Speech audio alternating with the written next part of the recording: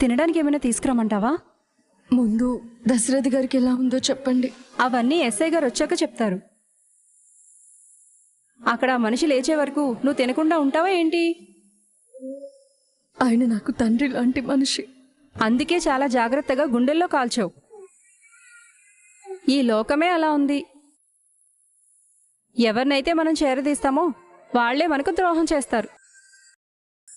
అదిగో మీ ఆయన క్యారేజ్ తీసుకుని వస్తున్నాడు. మీ ఆవిడికి ఆకలి లేదంట. క్యారేజ్ అక్కడ పెట్టి వెళ్ళిపోండి.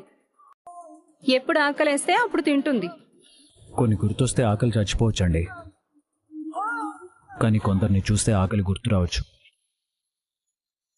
అందమైన ఇల్లు, ఈ బాధ ముందు ఆకలి చచ్చిపోకుండా ఎలా ఉంటుంది? ఒకవేళ కూతురు కడుపు నిండా భోంచేసిందని తెలిస్తే